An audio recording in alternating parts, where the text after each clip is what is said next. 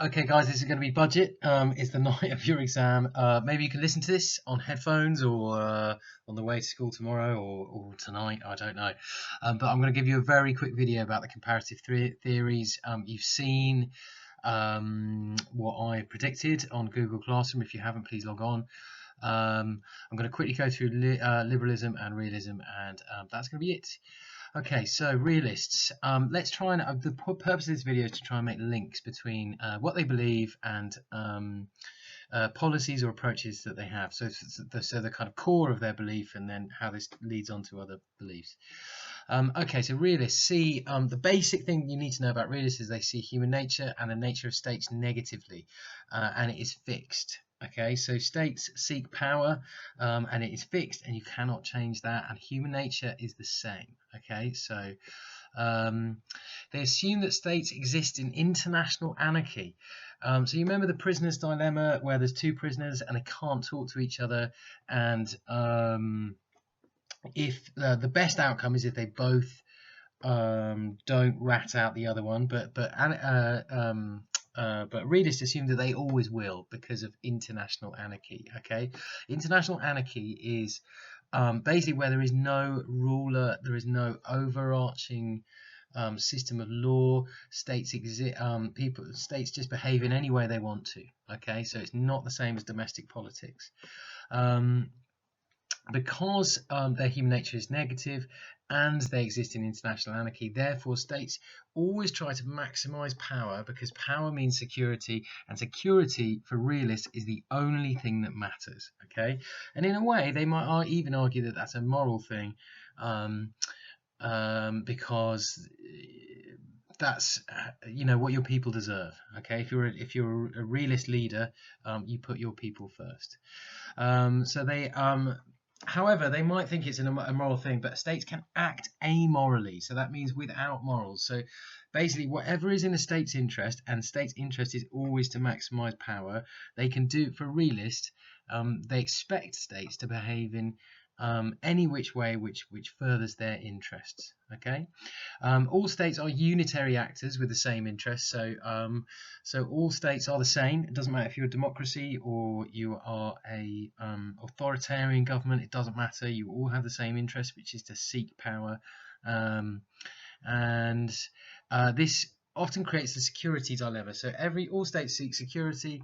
They usually do that by investing in their military, sometimes in their economic sanctions and stuff like that as well. And that means that states next door, or adjacent states, also say, "Oh, they're building up an army. We need to build up an army," and then it becomes what's kind of commonly known as an arms race, but realists call it the security dilemma. Okay, because of the security dilemma, conflict is inevitable and only avoided by a balance of power or global hegemon. So they would have argued that during the Cold War there was a balance of power, and after the Cold War they had this period where America was so much harder than everyone else that no one dared to do anything.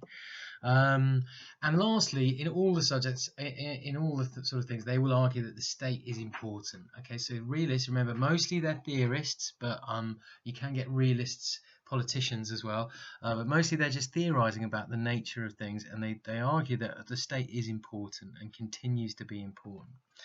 Okay, so let's contrast that. So most of these bullet points are exact opposite or mirror points to what I've made for the realists. Liberals, they see human nature as more positive and malleable, so it's changeable. They're not, let's stay with that for a second, they're not totally naive. So they do know that states and individuals can act in a negative way, but they say they have the potential to be more positive, and it's not fixed like realists. Okay, they also assume anarchy. So realists, liberals don't say, oh no, it's not anarchy. They say that they argue that anarchy exists, that there is no global policeman, there is no global government, but it's worth trying to build one, and trying to build a rules-based system. Okay, they argue that a rules-based system of the international order is possible, and it is better for everyone. Like everyone trades more, everyone is better off, everyone is safer if we adhere to a rules-based system. Okay, so that's something we should strive for according to liberals. They don't claim that we're there yet, but they do claim we should strive for it.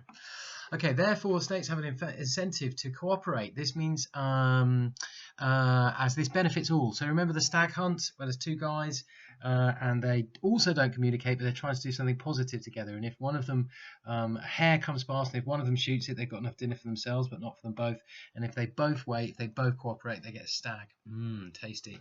The philosopher Rousseau thought of that. And then if you look at the opposite point, or nearly the opposite point, point 4 on the other side, I've given you another thinker there. That's Machiavelli. And he says that actually people should act amorally. So Machiavelli's a realist, Rousseau is a liberal. Okay, values are important. Whereas I said opposite, states should act amorally, and realists expect them to act amorally. To liberals, values are important and can be used to build alliances. They can be used to sort of build systems or institutions such as human rights or fairness or free trade or whatever the particular thing is. Liberals argue that it matters whether you're a democracy or not a democracy. They argue that those things are important. Realists say they're not. It matters also for liberals how states are composed. They argue that liberal democracies are more likely to get on with each other. They want and that they're also less likely to go to war for all those reasons. Liberals argue that. Liberals want to build international institutions because through international institutions a rules-based system is achieved, and they argue that conflict is a danger but is not inevitable. So it's important to notice that liberals don't deny that there is conflict and there could be conflict, but they do deny that it's totally inevitable. Lastly, states should and often do give up sovereignty for larger institutions or in the process of globalization. Liberals argue that the state is, in a sense, less important. Okay. What we're going to do now is we're going to look at two politicians. So often realism and liberalism is a way of understanding and theorizing international relations.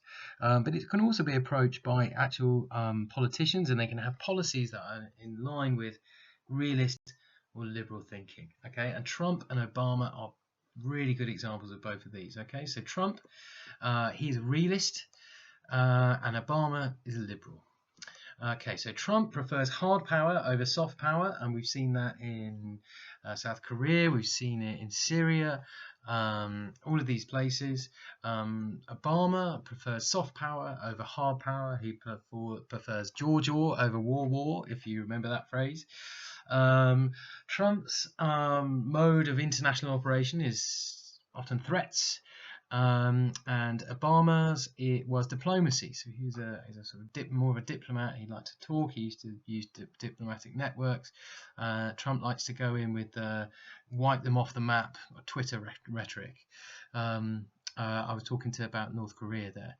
Okay, evidence of this is Trump backed out of the Iranian nuclear deal. So this was a deal signed by US and most of the large European nations, and it was a treaty to say that Iran would not enrich uranium for weapons purposes, but he could do so for power, and in return would get trade deals and lots of nice things.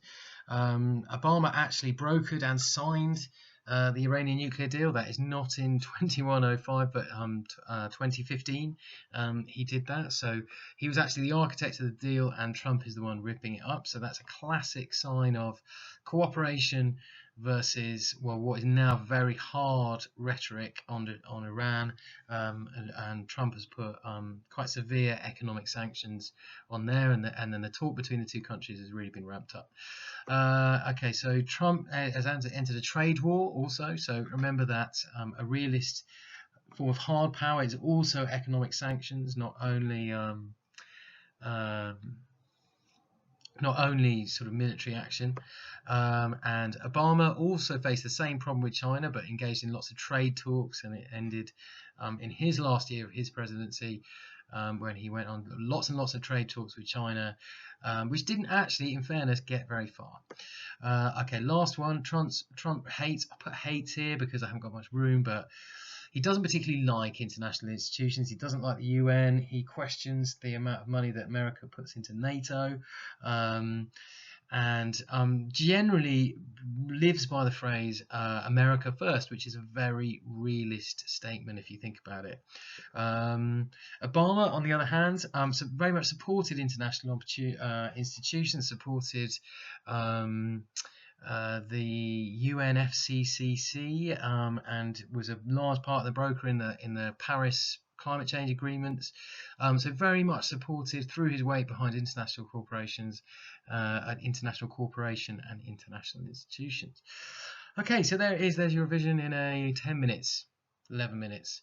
Good luck tomorrow, guys. I hope some of you watch this.